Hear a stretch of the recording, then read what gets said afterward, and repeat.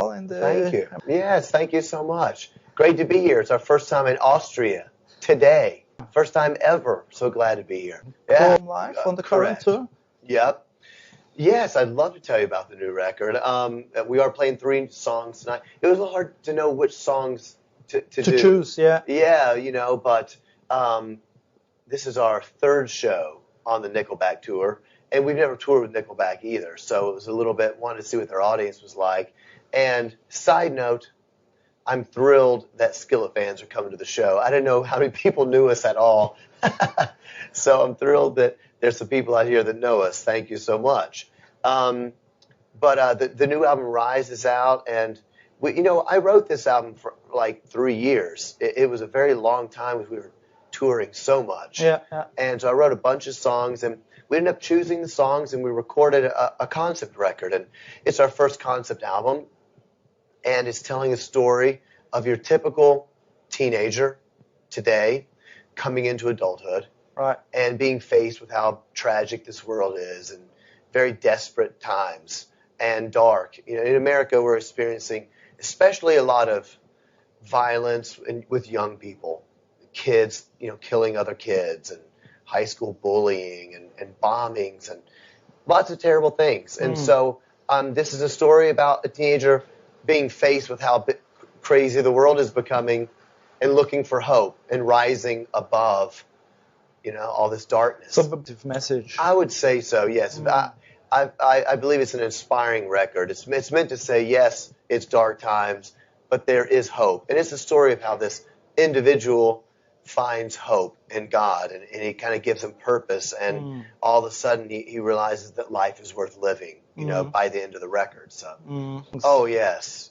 I wrote 72 songs for the record, and I think it's because I get inspired to write by talking to fans and meeting fans after the show and coming to Austria and seeing people show up. And sometimes they give me notes or they tweet me things that they're going through or how our music has helped them. And that inspires me to write songs, and I don't know why, but your stories help me. And I realize that we're affecting people.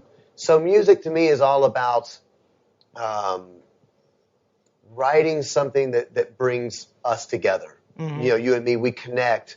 That's what music does for me. Right. I saw U2 last year, the band U2. I thought, this is the band to me that makes us, everybody in this stadium, 60,000 people, we all feel as one because of this band's songs, So that's what I try to do. Yeah.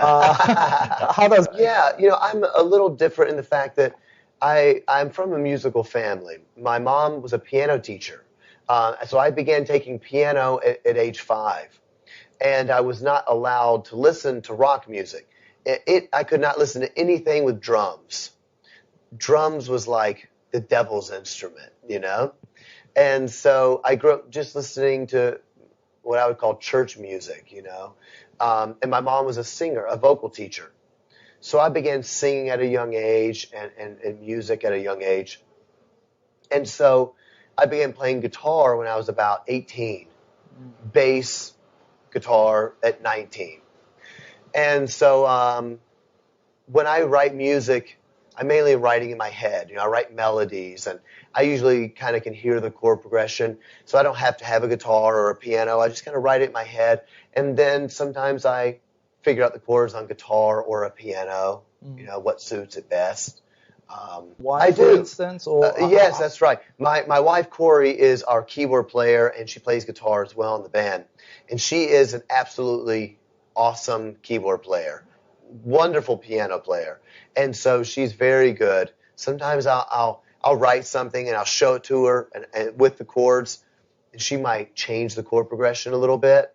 Because she's very good. She's very, what I would call, she knows a lot of the theory behind the music, and so she's very calculated. She'll change it up. We write great music together, and I do write with other writers as well. Yes. That you're using at the moment? I am a terrible guitar player, but I won't believe that. Believe me. And when I started playing bass, I was like, oh, this instrument makes sense to me. I think it's because guitar strings are so small and your fingers are so, you know, and bass, you can just thud on it. So I love bass. And interesting, I can't sing and play guitar very well, but I can sing and play bass without a problem, right? So bass feels very natural to me.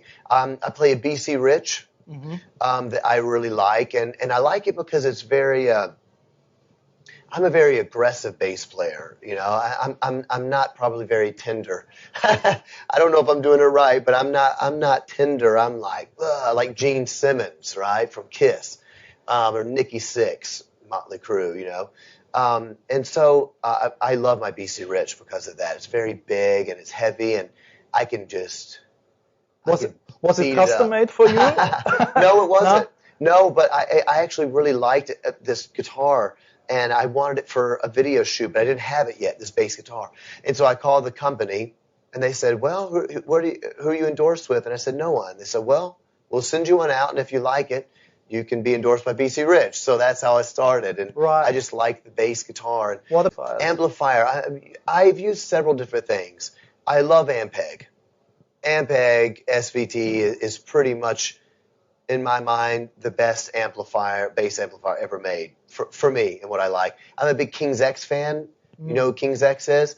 Doug Pinnick's my favorite, you know, my second favorite bass player, I will say. And he always used Ampeg, and I love that sound for Skillet. First would be Chris Squire is my favorite bass player. I'm a big Yes fan. And of course he plays very different than me because he plays with a pick, and you know he had that Redenbacher sound, but I love that. Yes, I don't practice as much as I used to, and part of that is because I love Dream Theater, I love King's X, Kansas, I love progressive rock, and I used to want to be a bit of a progressive rock band, but Skillet is not really that, so I don't have to practice as much as I used to. And then you have I practice my singing and my songwriting more than my bass playing. But I love that kind of music, and I do love doing some bass riffs here and there when I can. Europe. Yeah. Nickelback has treated us very well. Skillet's been lucky. We've been treated well by everybody we've toured with, and I say we're lucky because. Some people watching might not know that you can get treated very poorly in this business, especially if the headlining band is quite insecure, and so like I'm the big headlining band and I don't want you to be bigger than me, so I'm going to make you look small. I'm going to make you feel bad. We've toured with great bands, and Nickelback has treated us extremely well. But you know what, also, I think it goes both ways.